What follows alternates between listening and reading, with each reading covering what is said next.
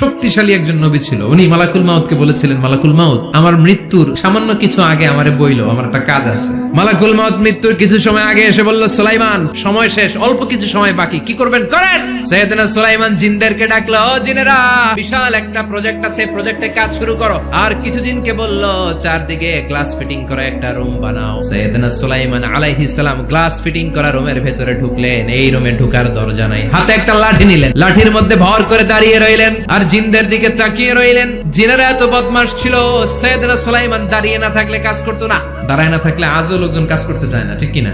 সুলাইমান আলাইহিস সালাম লাঠির মধ্যে ভর দিয়ে দাঁড়িয়ে রইলেন আর বললেন, কাজ করো। জিনেরাও কাজ শুরু করলো। ওদিকে মালাকুল মাউত এসে বলো, সুলাইমান সময় তো শেষ। সুলাইমান বলে, সমস্যা নাই, রূহ কবজ করো।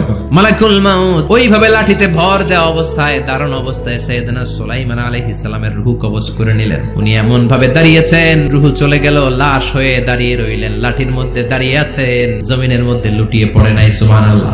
জিনেরা মনে করছে বস দাঁড়ায় আছে, কাজ করতে হবে। করতে করতে পুরা প্রজেক্টের কাজ শেষ। ইন দ্য মিন টাইম ঝিঝি পোকা, উই পোকা সুলাইমান আলাইহিস সালাম লাঠির ভেতরে ঢুকে লাঠিও খেয়ে ফেলেছে। সাইয়েদনা সুলাইমান আলাইহিস সালাম ধপাস করে জমিনে পড়েছে। আর জিনেরা কয়, হায় হায়, খালি খালি কাম করছে এতদিন। সুবহানাল্লাহ কইবেন না?